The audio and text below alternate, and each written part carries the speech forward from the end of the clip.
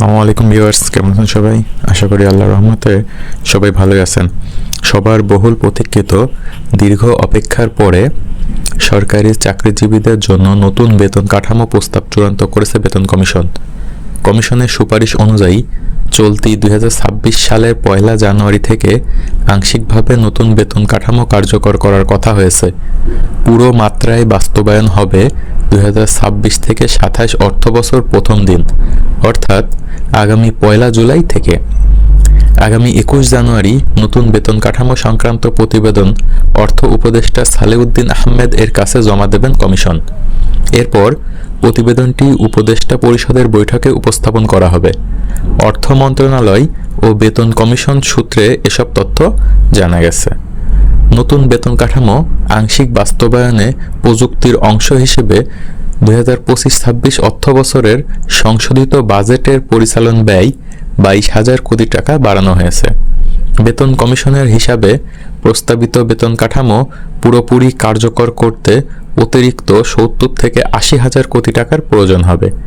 সুপারিশকৃত কাঠামোয় নিচের দিকের গ্রেডগুলোর বেতন ও ভাতা তুলনামূলকভাবে বেশি বাড়ানোর প্রস্তাব রয়েছে। কমিশনের হিসাব অনুযায়ী বর্তমানে সর্বনিম্ন বেতন 8,250 টাকা, যা দ্বিগুণেরও বেশি বাড়ানোর সুপারিশ করা হয়েছে। অন্যদিকে সর্বোচ্চ ধাপে বর্তমানে বেতন 78,000 টাকা, যা বাড়িয়ে 1,20,000 টাকার বেশি করার প্রস্তাব রয়েছে। পাশাপাশি সর্বোচ্চ ও সর্বনিম্ন বেতনের অনুপাত 1:8 রাখার পরিকল্পনা হয়েছে। গত বছরের 27 জুলাই সরকারি কর্মকর্তা কর্মচারীদের জন্য নতুন বেতন কাঠামো নির্ধারণের লক্ষ্যে বেতন কমিশন গঠন করা হয়। সাবেক অর্থ সচিব ও পল্লী কর্মসহায়ক ফাউন্ডেশনের চেয়ারম্যান জাকির আহমেদ খানকে কমিশনের প্রধান করা হয়। 21 সদস্যের এই কমিশনকে 6 মাসের মধ্যে প্রতিবেদন দেওয়ার নির্দেশনা দেওয়া হয়েছিল। বর্তমানে সরকারি কর্মকর্তা কর্মচারীরা 2015 সালের বেতন কাঠামো অনুযায়ী বেতন ও ভাতা পাচ্ছেন। দেশের সরকারি কর্মকর্তা কর্মচারীর সংখ্যা প্রায় 15 লাখ।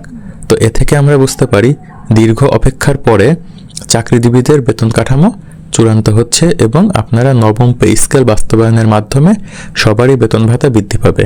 ধন্যবাদ। ভিডিওটি ভালো লাগলে অবশ্যই শেয়ার করবেন সবার সঙ্গে আর সাবস্ক্রাইব করতে ভুলবেন না। আসসালামু আলাইকুম।